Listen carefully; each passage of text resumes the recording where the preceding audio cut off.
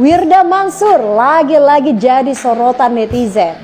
Kali ini bukan soal motivasi atau bisnisnya, tapi karena utang 9 miliar. Ceritanya di tahun 2020.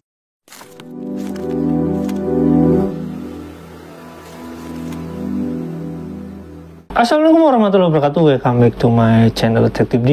Ya teman-teman, kali ini kita masih ngebahas tentang Wirda Mansur ya. Nah cuma ini berita cukup menarik karena ini adalah sebuah channel atau sebuah media sosial yang mana ini mewakili sebuah TV ya teman-teman. Dan TV ini yang menariknya adalah TV ini adalah milik dari presiden gitu ya. Setahu saya ini milik dari Pak Prabowo dan dia memuat tentang Wirda Mansur. Nah, kurang lebih Wirda Mansur itu digambarkan sebagai terduga penipuan. Nah, teman-teman, kita sebagai gambarnya kita lihat videonya dan nanti kita lihat komentarnya karena ada yang menarik teman-teman. Kita lihat dulu videonya, yuk check it out. Wirda Mansur lagi-lagi jadi sorotan netizen. Kali ini bukan soal motivasi atau bisnisnya, tapi karena utang 9 miliar. Ceritanya di tahun 2020 sampai 2021. Wirda bikin komunitas milenial anti bokeh. Katanya sih buat ngajarin anak muda cara bisnis biar nggak bokeh. Tapi kenyataannya justru banyak anggotanya yang malah kehilangan duit. Totalnya ada sekitar 90.000 member. Masing-masing bayar 100.000 nih buat gabung. Kalau ditotalin, wah duitnya bisa sampai 9 miliar lebih tuh. Masalahnya setelah berjalan beberapa waktu, grup ditelantarkan. Admin ngilang, materi nggak jalan. Customer service susah dihubungin.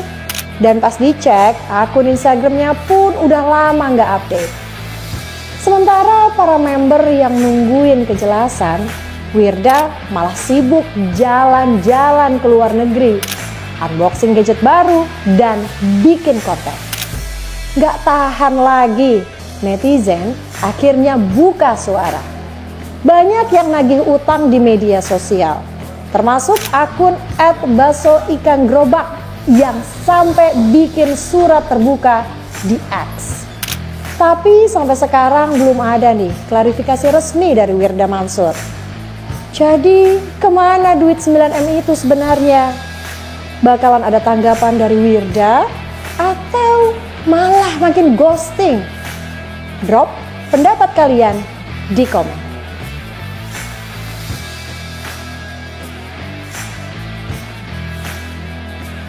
Oke, itu teman-teman. Nah, teman-teman menarik kan? Itu TV dari, ya setahu saya ya, karena ya saya tahu ini udah cukup lama dan dulu sempat ada pembagian parabola ya teman-teman dari orang-orang Gerindra itu kepada masyarakat yang memang menjadi tokoh sentral biasanya, dan untuk memperlihatkan kegiatan Prabowo dan banyak hal sebenarnya kegunaannya untuk umum aja sebenarnya. Ini TV ini cukup spesial menurut saya karena ini kan TV presiden ya, cukup spesial. Karena untuk ngebahas seorang Wirda itu, karena TV ini biasanya ngebahas politik, ngebahas tentang Pak Presiden itu ya, dan ngebahas tentang menteri-menterinya. Tapi ini kok bisa ngebahas tentang Wirda Mansur? Mungkin ini ini perlu kita waspadai mungkin kayak gitu ya, karena ini anak muda yang menjadi contoh yang digambarkan oleh bapaknya menjadi contoh anak muda, dan TV ini memuat itu. Jadi ya mungkin kayak warning gitulah, karena selama ini kan yang ngebahas itu selalu entertainment gitu yang ngebahas tentang Wirda Mansur, dan jarang sekali yang ngebahas media. Walaupun ada biasanya di media online itu kayak ya media portal aja gitu ya, kayak media Detikcom kayak gitu dan lain-lain. Nah, kita kan bacakan komentarnya. Ini ada komentar menarik teman-teman. Ini komentarnya banyak ya, 934 komentar. Ini saya screen itu hari berapa ya, 2 hari kemarin kalau nggak salah, dan ini cukup menarik sih. Ini ada komentar, gue pernah ikut anjir, ini maaf ya, ini sesuai bacanya, sama Syakir Daulay. Nah, apakah ini promonya berkaitan dengan Syakir Daulay atau gimana? Pokoknya intinya mungkin kayak gini ya, mungkin ikut seminarnya di sana ada Zakir Daulay yang dibawa sama Wirda Mansur, mungkin kayak gitu ya. Maksudnya Kak asli gak paham, janji makan rendang ternyata isinya lengkuas. Nah, ini komentar-komentarnya teman-teman. Maksudnya Wirda Mansur sama bapaknya suka nipu uang. Nah ini komentar lagi. Terus isinya apa Kak? Ini komentar lagi 12 sama bapaknya. Ini ada komentar lagi, saya bacakan. Habibatan, ikhlasin aja Kak, udah nggak bakalan balik. Iya, mungkin kemungkinan besar kayak gitu, walaupun ya kalau ditotal kan jumlahnya sangat besar ya teman-teman. Udah ikhlasin ya, cerita aja ini lucu waka gitu ya. Lalin, sefrekuensi sama bapaknya nggak sih gitu ya. Kasus investasi penipuan pattern aja belum tuntas gara-gara bapaknya. Nah ini lagi John Kurai. Makanya jadilah manusia yang smart, jangan gampang terpedaya oleh cover seseorang. Ya harusnya seperti itu ya teman-teman, karena apa ya, banyak sekali termasuk misalkan kayak Zakir Daulay itu dengan gerombolan para yang mengaku Habib-Habib itu, dia kan sering bikin hal-hal aneh gitu ya, bikin pengajian yang minta-minta uang dan lain-lain atau gimana gitu. Itu sebenarnya sama sekali tidak menggambarkan Islam teman-teman. Kalaupun itu digambarkan sebagai Islam, itu adalah sebuah simbol daripada kebodohan umat yang dimanfaatkan aja sebenarnya. Nah kita lanjut teman-teman. Zakir Daulay sekarang gabung dengan Habib, palsu cari cuan dengan membodohi Muhyiddin. Ya ini benar ya teman-teman. Jadi Zakir Daulay sering gabung dengan itu yang apa ya, Habib apa ya, Tabat Jabah atau gimana lah. Ya sebenarnya bukan Habib itu bukan Zuriya Rasul ya teman-teman, karena Zuriya Rasul itu jelas ya Sayyid sama Syarif gitu, misalkan Sayyidah atau Syarifah, dan itu jumlahnya banyak sekali di Indonesia, tapi bukan dari kelompok Pahlawi. Saya katakan seperti itu karena sampai sekarang belum terkonfirmasi kelompok Pahlawi ini atau Habib-Habib ini sebagai Dzurriyyat Rasul ya. Dengan haplogrup yang G itu bisa dibuktikan, dan ada orang yang sudah tes DNA itu ya. Kita lihat lagi komentarnya. Saki Hikari, kasus investasi penipuan baterai aja belum tuntas gara-gara bapaknya. Ya itu komentar yang tadi juga. Ini Kak Ina, dulu cita-citanya ku jadi Wirda. Jadi cita-citanya pengen jadi Wirda, ya salah ya. Kita lanjut lagi, bapak sama anak 11-12 sama juga. Betul sekali, inilah yang dibilang buah jatuh tidak jauh dari pohonnya. Saya udah pernah bikin konten seperti itu teman-teman ya.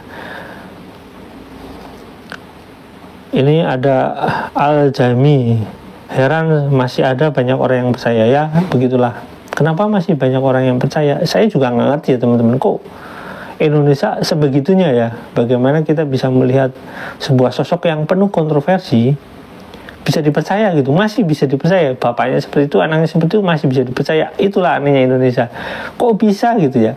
Ada ilmu yang paling aneh gitu, husnudon itu yang paling aneh gitu. Udah jelas kalau misalkan dengan jumlah yang sangat banyak penipuannya gitu ya, terus jumlah korbannya sangat banyak, masih dipercaya, itu sungguh-sungguh aneh orang Indonesia mah. Tertipu wajah unyu plus penampilan agamis, hafiz Quran plus pinter ngibul orang deng. Intinya jangan menilai orang dari luarnya, lihatlah wataknya betul. Jadi kalau misalnya kita melihat seseorang itu, lihat dari karakternya. Pertama, kalau kita melihat seorang tokoh agama atau tokoh apapun ya, ini kita sedang ngomongin tokoh agama. Kalau kita melihat tokoh agama, kita harus lihat dari watak kalau dia berbicara. Terus ada modus-modusnya atau enggak, ada doktrin-doktrinnya atau enggak. Terus kita tanya lingkungan sekitarnya bagaimana sifat aslinya. Terus kita tanya orang-orang yang terdekatnya bagaimana orangnya. Kalau sudah cocok, sudah klop, oh berarti itu cocok untuk jadi seorang ya pembimbing atau seorang teladan, itu baru. Tapi kalau misalkan tidak cocok, apalagi karakternya dan kalau ceramah itu ngomong itu ada modus-modusnya, ada doktrinnya, lah itu udah nggak bakalan bagus teman-teman. Ayana, siapakah nama bapak? Kok ketinggalan ya? Ini dia parah sekali.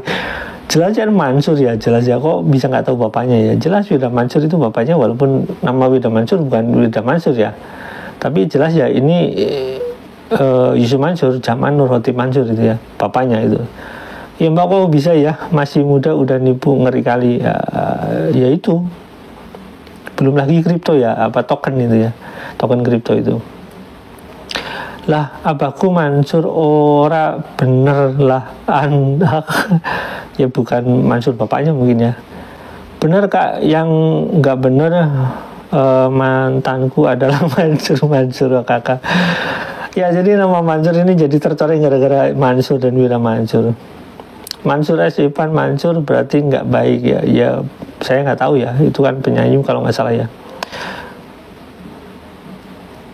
Berlawar dari cerita Nabi dalam mimpi, lanjut sekolah lulusan Oxford, lanjut lagi wajah natural bersih karena air wudhu tanpa skincare dan makeup. Ya itu bohong ya teman-teman, wajah skincare tanam, karena saya bisa katakan dia juga jualan skincare. Bagaimana dikatakan itu wajah bersih karena wudhu? Yang enggak lah. Yang dimaksud wajah-wajah yang bercahaya karena wudhu itu, ya saya bisa katakan ini biasanya orang-orang yang rajin wudhu itu biasanya wajahnya itu menggambarkan dia itu dengan sebuah keikhlasan gitu ya, sebuah keceriaan. Jadi kalau orang yang rajin sholat dengan ikhlas ya, dengan ikhlas dan wudhu itu wajahnya itu menggambarkan keceriaan. Tapi bukan karena apa ya, bukan karena dia itu wajahnya jadi putih kayak itu, enggak, bukan kayak gitu. Ya kasihan orang yang kulit hitam lah, cerah dan bersinar itu artinya wajahnya itu berseri-seri, wajahnya penuh kebahagiaan, keikhlasan menjalani hidup seperti itu teman-teman. Muak banget, tapi kok bisa ya diundang haji ke Mekah? Ya itu sih sebenarnya tim penilaiannya kan nggak melihat masalahnya gitu ya, biasanya melihat dari konten-kontennya aja dan nggak melihat secara langsung, dan mungkin sekarang juga menyesal ya teman-teman. Dan ya nanti kita konfirmasi ke kedutaan Arab Saudi gitu ya, biar lebih enak. Bener nggak? Bener banget kak, dulu jadi pujian ya. Saya nggak tahu ya teman-teman, saya nggak pernah memuja orang sampai segitunya, tapi saya udah tahu udah lama, oh wajahnya aneh gitu ya. Pernah kan dia di kontennya cerita minta 10M sama Alo, langsung alokasi segitu. Konten itu lagi membranding MAB. Ya saya nggak tahu ya teman-teman, tapi yang jelas gini ya, kalau soal konten dapat 10 miliar atau apa itu uang, Yusuf Mansur itu lebih jago daripada anaknya ya teman-teman. Jadi kalau misalkan Wida Mansur bilang seperti itu, bisa saya pastikan itu adalah sang kreatornya adalah bapaknya gitu ya teman-teman. Dan udah dari dulu sebenarnya Wida ini dicetak dari kecil pada saat Yusuf Mansur baru masuk TV, malah misalkan baru dikenal sama media gitu, udah dicetak ini untuk dijadikan penggantinya. Karena kemungkinan yang terjadi adalah Yusuf Mansur itu melakukan semacam manipulatif kepada umat. Jadi dia tahu nanti kalau sampai saya ketahuan ini udah ada penggantinya, tapi penggantinya itu udah terlanjur kayak gitu teman-teman. Jadi ya sepaket lah ya, 12 ya. Nah jadi teman-teman karena sini udah menyebar, dan hal ini menurut saya nih, hal ini yang dilakukan Yusuf Mansur ini menjadi contoh yang sangat buruk pada ya ulama atau pada penceramah-penceramah yang akhirnya sekarang bisa dibuktikan bahwasanya penceramah itu juga melakukan hal yang kurang lebih sama dengan Yusuf Mansur itu, dengan cara-cara yang semacam itu gitu ya. Ada yang model keras kepada pemerintah, ada yang model-model dengan gaya-gaya yang agak alay gitu. Terus ada model-model yang intinya orang-orang kayak gini ini menjadikan agama itu sebagai barang dagangan gitu ya. Ada yang menjual kegantengannya gitu. Akhirnya umat Islam bukan bicara lagi tentang Al-Quran, nggak bicara lagi tentang hadis, nggak bicara lagi tentang fikih, ya nggak bicara lagi tentang hal-hal yang berkaitan dengan hukum-hukum Islam gitu ya, nggak bicara lagi tentang itu, tapi bercerita lagi tentang ceramah di sana sholawatan kayak gitu, nanti di sana ada rame-ramean gitu, terus di sana itu lucu ustadznya, di sana itu ada cewek-cewek misalkan kalau misalkan pada ngumpul di sebelah sana, jadi kita ikutan. Oh di sana nanti ada DJ-nya dulu. Itulah yang sekarang terjadi di Indonesia. Bagaimana esensi daripada sebuah ceramah keagamaan itu menjadi hancur. Salah satunya penyebabnya karena Yusuf Mansur sudah cukup lama ya. Mungkin salah satu penyebabnya Yusuf Mansur itu. Nah, cuma sekarang karena sudah ketahuan Yusuf Mansur ini, yang lain memodifikasi dengan cara lain. Dan kalian bisa lihat ya, dari kebanyakan ceramah-ceramah yang mohon maaf saya, dari ceramah-ceramah yang fokus pada tentang ilmu-ilmu keagamaan yang benar-benar ilmu Islam itu jarang sekali. Sekarang lebih banyak pada orang-orang yang kadang-kadang itu kalau ceramah itu kayak apa ya, saling memberikan umpatan gitu ya. Dan yang saya sayangkan sekali, kadang di sana ada joget-joget yang tidak mencocokkan ya iman-iman Islam itu, karena joget-joget itu untuk kayak gitu nggak baik gitu teman-teman.